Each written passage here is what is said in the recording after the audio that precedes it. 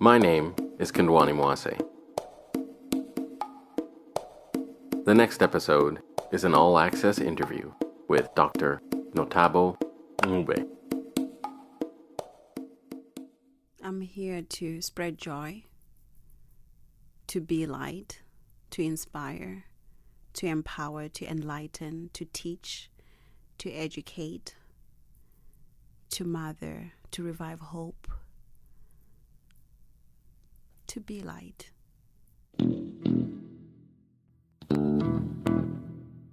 Good morning, good day, or good evening, and welcome to 54Lights.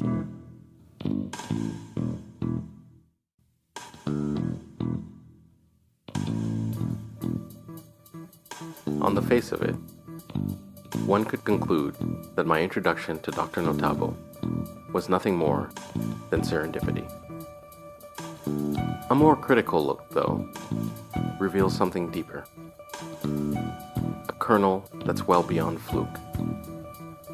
A series of events left us face to face. And after a polite introduction, it became clear that she was someone extraordinary.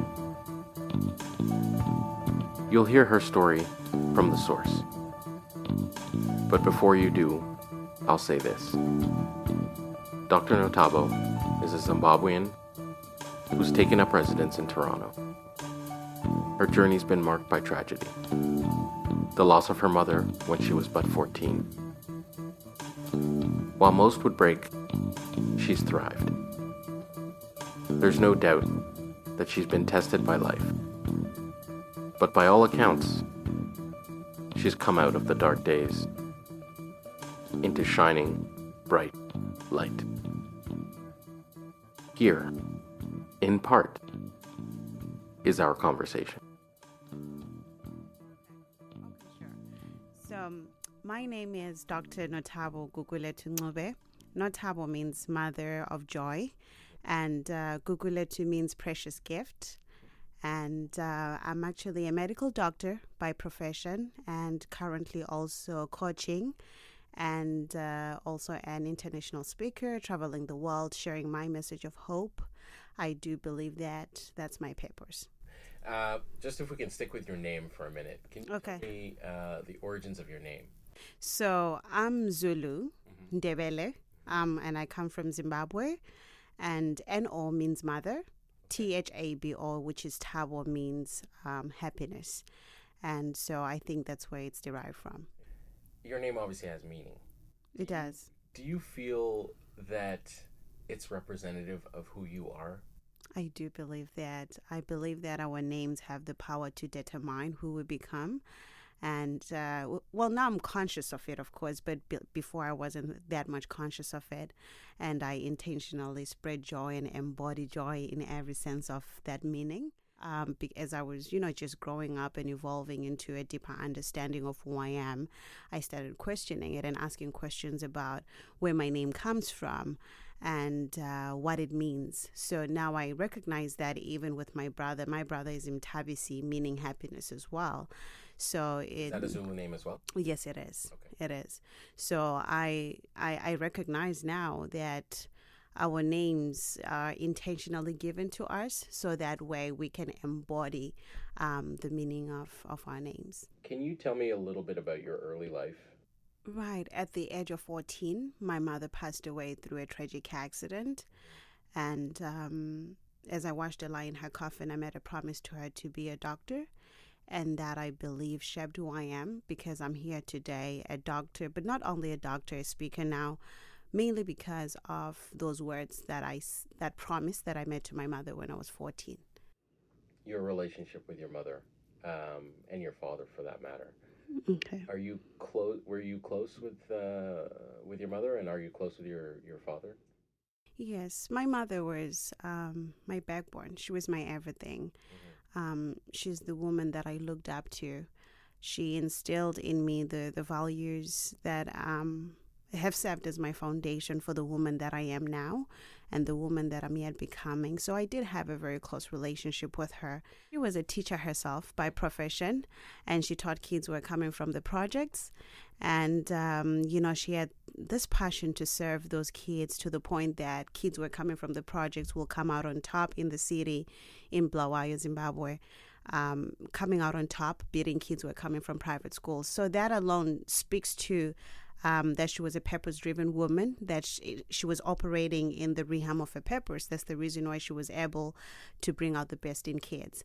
So just seeing the life that she led, a life of service, a life of helping bring out the best in kids, serves as a reminder to me that I belong somewhere, that it is my duty to also figure out what my purpose is and to live up to that, and serving from a place of good intention, and just serving from a place of wanting to bring out the best in other people. So I believe that's how my mother helped model the woman I am now. A lot of times people, when they talk to families or when they talk to kids, they say, oh, you're like your mom. Where do you land? Oh my goodness, that's a good question. Well, people say I'm a beautiful blend of both my parents, but I think I'm more of my mother than my dad. Brothers, sisters? I just have one younger brother. Okay. Yeah. And what's the gap between you two? 2 years. 2 years? Yeah. Are you very close? Yes, we are. Yeah. Yes, we are. My young brother he's my everything, and I believe I'm his everything as well. I think what happens is when you lose a parent, when you're both young, you learn to depend on each other for everything. So he has been my rock, and he has supported me in ways that honestly humble me. So yeah, we do have a very close relationship. I'm everything that I am today too because of some of the sacrifices that he has made for me. Outside of your sort of quote-unquote immediate family, bloodlines, Right. They're literally friends of the family. Right. Is that the same circumstance that you have? Is this in relation to the Zimbabwean culture? Is that what you're saying? Okay. Pretty much, yeah. So, well, I would say that pertaining to the Zimbabwean culture, I would say we are driven by the spirit of Ubuntu, which is really the spirit of togetherness. It means that I am because you are. I feel that as a child, you are raised by everybody in the community, not just your biological parents or your biological relatives. So it's more of like the community, your neighbors, everybody that is just surrounded you is responsible for helping with raising you.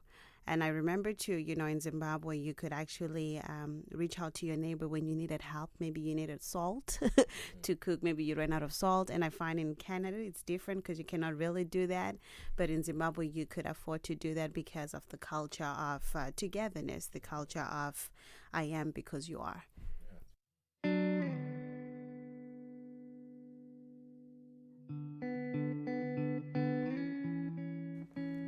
This thing called culture is an amorphous thing. It cannot be distilled into one line, one sentiment, one feeling.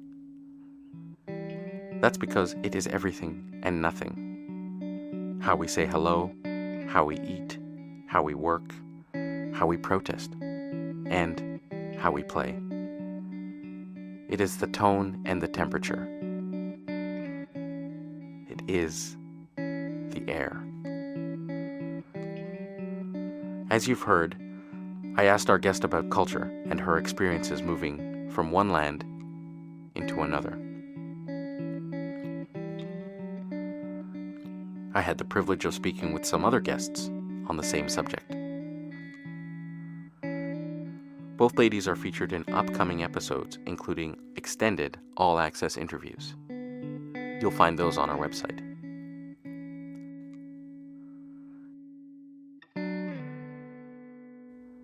Here, in part, are their perspectives.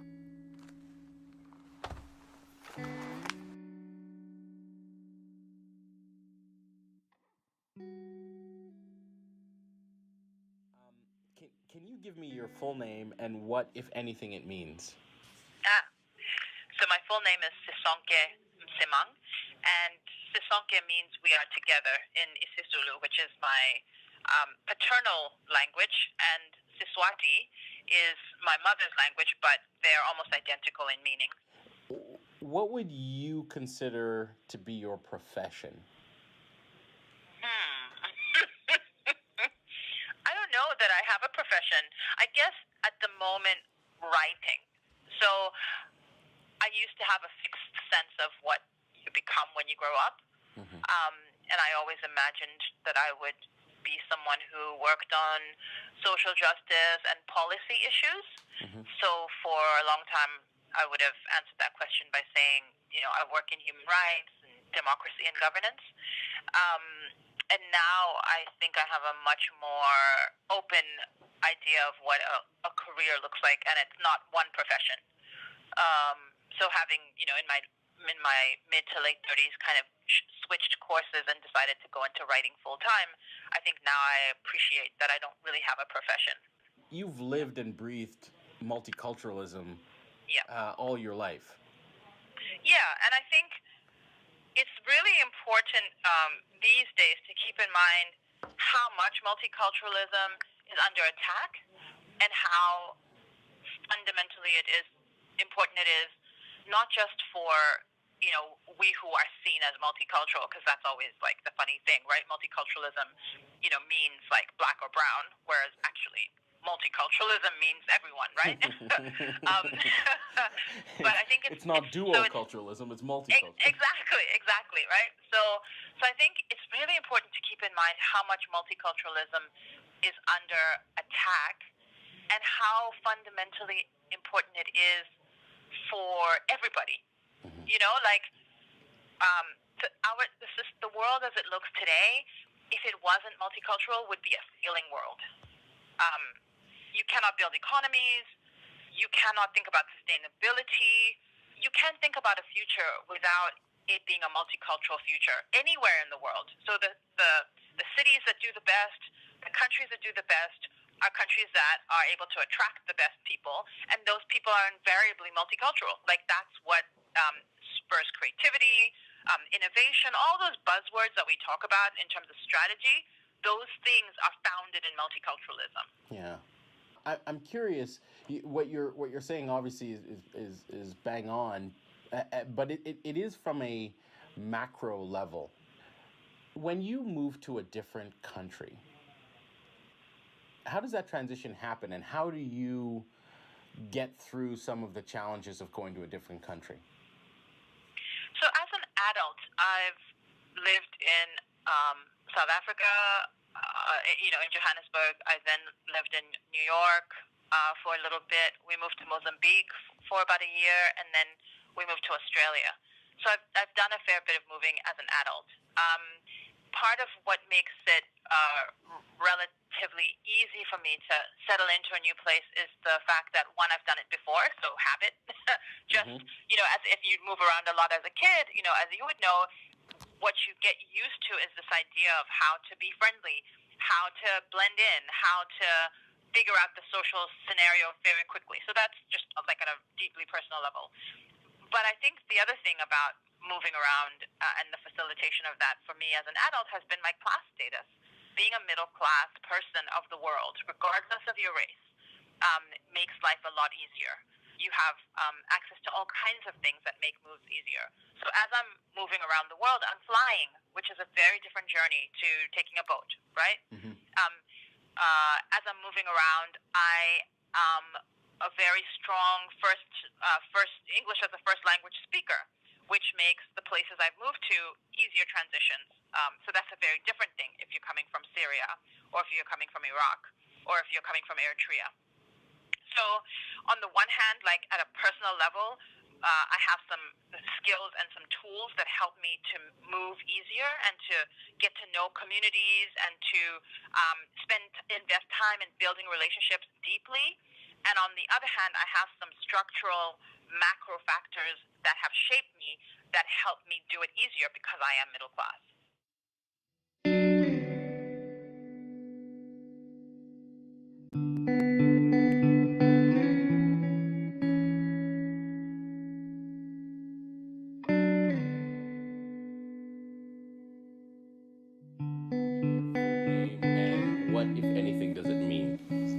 Okay, so my full name is Ntombi Zodwa Nyoni, and Ntombi Zodwa means girls only, because that's what my family only has. And it's interesting because I love like the meaning of names, because like the sister before me is Zanele, and it's called, and that means like enough girls, so they thought like they were done, and like I came and I was like, no. When you moved to the UK, what was the biggest shock for you when you moved there? There were things that we thought were normal from Zimbabwe, which were different here. So, for example, like when we first arrived, so we, like the thing of having short hair as girls, like that's just normal in Zimbabwe. But I remember like being, because I started nursery here, and then we left just as I was finishing like year 1. So I remember kind of being like in nursery and people being confused by the fact that we didn't have like long hair like the girls were supposed to, right, in that sense. And I remember like when we were then as we were just about to leave, people having assumptions that like we were going back to live in like a safari, you know, things like that. But I think I didn't necessarily kind of internalize it in the same way. When we then go back to Zimbabwe, because what's happened is when you then like migrate and go to England, what you're always told is that you are Zimbabwean, like your house is Zimbabwe, outside is England. So then when you then go back to Zimbabwe, because you always known that you were Zimbabwean, always felt like you were Zimbabwean, suddenly you go back, and then we had like really broad Yorkshire accents, right? So we did not sound Zimbabwean at all. We sounded very, very English. But I remember that difference not only kind of being an issue within like my peers, but also within like adults. So I remember having like a really difficult time going back into school, and like my Ndebele wasn't good at all. But then that idea that there was a particular teacher, I remember kind of in year 2, who felt like as if I thought that I was better than her because I had this accent and because I had been to England. Mm-hmm. Whereas for me, it's just like, well, I don't understand like the power structures that you're playing here, because for me, I just went to another place and I'm back at this place. But what you understand is power structures, as in like you've been to England and you think you're better, and then you're coming back here. Who are you trying to like right, kind of trying to front here? So I remember kind of having a really difficult time with her, because she used to like purposely like give me Ndebele books to go stand in front of the class, rightfully knowing that I didn't understand, and make me read out in front of the class. So she wanted to embarrass me, and that kind of carried on. So then throughout that process, I had to find a way of kind of reintegrating back into what I thought was mine. So even like the simple things of like in primary school in Zimbabwe, they used to do the national anthem every morning in assembly, but they sang it in Ndebele and I didn't understand. So then over the course of that time period, having to quickly learn it in Ndebele. And I remember like finally kind of getting it. And at this point, it's like we're just about to leave again. How old were you at this time? At this point, I'm about 11. Okay. Sorry, so go ahead. Like 7 to 11, we're back in Zimbabwe, and finally feeling like as if, oh yeah, I've landed again, I'm back home again, and they're like, oh no, let's go back. So I'm just like, oh come on guys. So that's like we're heading back to England now, and then now that I'm older, and I think it's important when you look at like at the point in which people migrate, because now when you're getting older, now you can start to make decisions about who you are as a person. So but coming back at 11, 12, you know, I think like the first few years, they were quite difficult in the sense that, like I remember like the first going into high school and suddenly understanding those power structures that teacher in Zimbabwe had a problem with. So in going back into high school, and I remember kind of being dropped off, and I had a school report, and I remember it being given to the head of the school, and I had to wait in his office for like the head of my year to come and pick me up. And I remember him looking at my name and like the full like Ntombi Zodwa, and he's just like, this shit is too African. And it's just like, you need an English name. And I was just like, why does he think I need an English name? Like, what is he talking about? Because, like, being Ntombi Zodwa in Zimbabwe is not a big deal, you know? Yeah, it's very common. Being Ntombi Zodwa in England is a massive deal. So he then, when he introduces me to the head of the year, he goes, this is Zoe. And I was just like, what is he talking about? And they walk me to the classroom, and then that head of the year proceeds to introduce me as Zoe. And this thing just like continues to go on throughout the whole day. So by the end of the day, I'm suddenly known by a name that isn't mine. And then also trying to understand, like, what does that really mean? I think that's the point that I started to interrogate, like, kind of identity politics. So what does that really kind of mean for who I am and, like, the person that I am in this space? And that, like, carried on, you know, like, throughout my high school, to the point where, like, I would reinforce, like, this is my name, but then, like, it'll always be, like, oh, somebody in the register. I noticed, like, in the register it changed. Like, they completely erased my name and then replaced it with Zoe. With Zoe. Officially, almost. Oh, yeah, officially. And I remember, I think, because I never said anything, and I also think I just didn't really have the language for what was happening. I think my parents at the same time also didn't really interrogate it because I didn't say anything. And I think there's very much kind of a generational distinction here about what is going to happen to your children at that point of migration, because for them, you know, they were always going to be Zimbabwean. Yeah. They're coming here and they're going to leave. That's it, you know. But they didn't really understand what it meant for us in terms of kind of everyday socialization and what that happens to you. So I'm not really interrogating this thing. It kind of stays on the register. And I think it got to a point where I was about like 16 or 17. And I remember having this English teacher. This really like tall, white English teacher with like ginger hair. And I remember at one point he said to me, like, why does it say Zoe on the register? And I was like, well, because this is what happened. And he's just like, well, we're not going to do that anymore. We're going to remove this and then we're going to put your name back. And it was strange because like it was like this very English white man having to help me kind of make peace with like my own identity, right, and understand like what exactly was happening in this high school. And it was at that point that like I started to read a lot more, and like I was kind of reading like other specific kind of African writers, and I started using writing. And I think it was like the connection of this English teacher, stories, revelations, and what language can do. I think that's probably what sparked my interest in English and writing, and it just became that space for interrogation.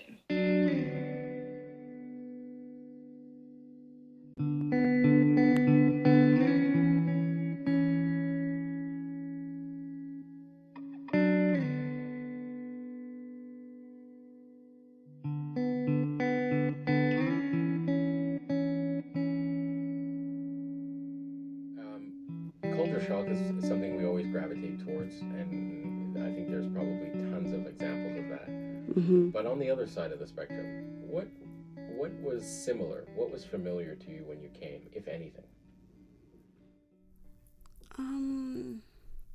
I would say Canadians are kind, they're polite, and there's also peace in this new place, and there's also diversity. I think those are the common things between the Canadian culture and the Zimbabwean culture. Those are the only things that come to mind right now from on top of my head. But yeah. Okay. So if we move transitioning, I'm trying to walk forward now right. through your life. You get into school and you start studying medicine. Right. How is that, the competition, the challenges, and the difficulty of becoming a doctor? I think for me, you know, this journey, living at Region Park was also a blessing in the sense that I got aligned with Pathways to Education, a program that caters to low-income families. So this program helped me with mentoring support, tutoring support, and also financial support in order for me to be able to fulfill my academic studies, my undergrad.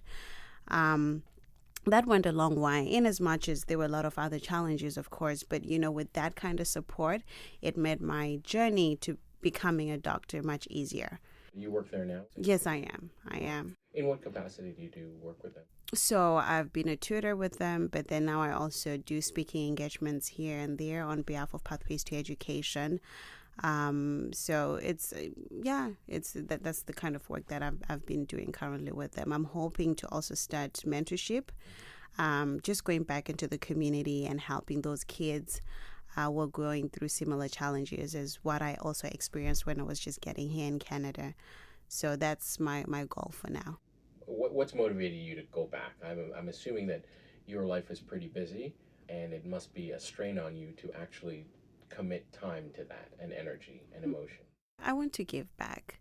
I've always attributed my success and everything I am to the people that helped me when I had just moved to Canada. So I think for me, it's a moral obligation to look back at the place where I'm coming from, so that way I can pull up those people who are going through similar circumstances as what I had to go through myself. So it's a way of me giving back to my community. Why medicine? Why was that the profession that you were drawn to, and why was that? Why not law? Why not politics? Mm-hmm. Right. Ever since I was a young girl, I just always wanted to become a doctor. And this might have also been largely influenced by my parents, who were both teachers, because they kind of made me believe that was, a very good profession, because you would have been helping people. So, but looking back at myself, I recognize that I've always wanted to help people. I've always wanted to serve. But now, doing medicine became the most logical career path to take, considering my gifts and my desire to help other people. And also my uncle was a doctor by profession. That's my dad's younger brother. So he proved to me that it was possible. And you can also imagine, as a girl child coming from Zimbabwe, majority of the people that make it to medical school are males. It's not female. So sometimes I would question it, but just seeing somebody like my uncle was a doctor just served as a reminder that I too have the power to become a doctor. If I go online and I Google your name, a few different things come up. One of which is a TED Talk that you gave at St. Lawrence, the school. St. Lawrence College, yes. College, sorry. Mm-hmm. In that talk, which is a great talk, if people should mm-hmm. check it out if they can, you talk about meeting Oprah, or you talk about your life and sort of some of the hardships that you've gone through, right? Very candidly and very open to an open stage. So that takes a lot of courage. Mm-hmm. How was that experience? The TED Talk first, and mm-hmm. then secondly, the whole. If you can talk about the whole Oprah adventure, right? And then I got another question for you. I would say, the TEDx Talk came at a time when I was not expecting it. I was just graduating from medical school, and this is one thing that I've come to believe now, Kundwani. It's that when you're in alignment with your purpose, life opens up for you in big ways. And for me, there I was just graduating from medical school, having the burning desire to speak, to share my story with the intention of reviving hope. But I certainly didn't know how that was going to happen. So a friend of mine sent my story to the TEDx recruiters, who then reached out to me and offering me an opportunity to come and share my story on their platform. Now, recognize that I didn't have a standing brand at that time. I didn't even have a website. So I do recognize that there's so much power in operating in your purpose, because I do believe it is because of my good intention of serving that I received that opportunity. And that's how I got that. So that was last year. That's fantastic. Yeah. And is it the same sort of energy that brought you to quote unquote Oprah's doorstep? Or yes, well, I would say meeting Oprah happened in 2011 when I was just starting medical school. Sometimes what happens is I was on a full scholarship for undergrad, but I couldn't really finance for my studies for medical school because it was a lot more expensive. So the same scholarship that I was on, they couldn't continue funding because it was a lot more expensive. Now I hit a dead end because I didn't have enough money. And one of my friends around the time suggested that I send my story to Oprah Winfrey, since Oprah Winfrey is all about empowering the girl child through education. And I went on the Oprah Winfrey website, and the first thing that popped up was, tell us your story. You become what you believe. So I quickly typed in my story. At the age of 14 years, I made a promise to my mother to be a doctor. And now I'm just starting medical school. And as grace would have it, they called me back. They called me about 3 times. They were calling me on my cousin's phone number because that's the phone number that I'd put in that application.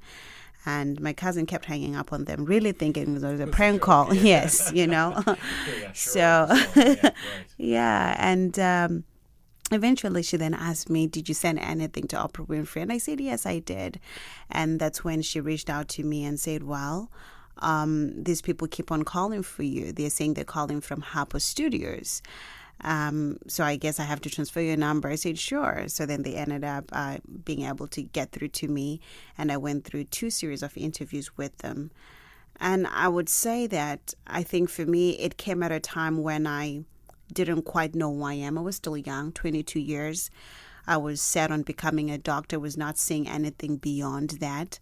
So just being in the presence of Oprah Winfrey and listening to the stories of such phenomenal and incredible women who were in the room on that day. I was the youngest there. A majority of the women were in their 40s and had already accomplished a lot of amazing things. But just listening to Oprah tell her story about coming from rural Mississippi and having emerged as a powerful voice of hope and inspiration in the world just served as a reminder to me that I am possible, that I too have the power to turn my struggles into strength and my pain into something that is bigger than myself, my purpose.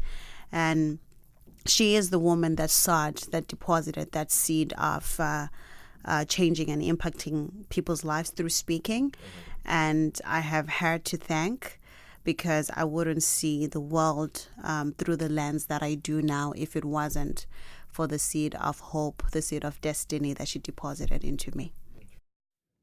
Medicine, you're a doctor now. You've you know, to a degree, obviously, you've achieved your goal. Right. But it seems there's something else there. Right. What is that something else? I'm in this place now where I'm sharing my story, of course, with the intention of giving people hope, but more than anything, to raise consciousness, to remind people that they too have the power to rise above their current circumstances, that in each and every one of us, there lies the power to transcend whatever circumstances that life has thrown at us.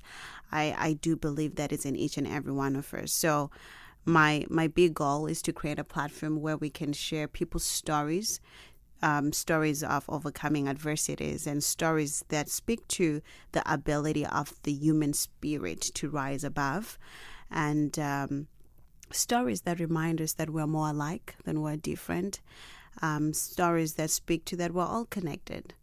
And so that's my big dream now. What's your weapon of choice when you have a situation that is difficult, and you feel like you need to make a stand? Do you pick up a pen? Mm-hmm. Do you go on the streets and protest? I meditate. It's in silence that I'm able to reconnect with my true self. When nobody's looking, what's your guilty pleasure? Ice cream and any sweet thing, really. Yeah, here and there. Sweet stuff, yeah. Right. Vacation spot. If you could go anywhere in the world, 3 weeks, 2 weeks, whatever, where'd you go? India. India? Mm-hmm. Interesting. Why? The richness of their spirituality. Last set of questions. Mm-hmm. Zimbabwe, Bloeo, or Toronto, Canada? Pick one. Zimbabwe. That's home. In 10 years, there'll be a movie about your life. Who's playing the lead role? Who's the doctor? Lupita. Nice.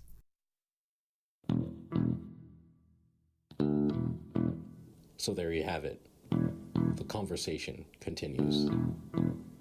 I'd like to thank our guests, most notably Dr. Nothabo, and of course, Zodwa and Sisonke. Thank you for your generosity.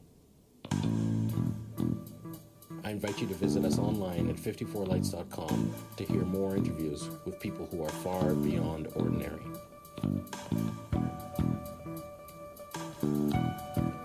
Music for this episode was composed, enjoyed, and used with permission by Dr Ncube. Thanks for listening.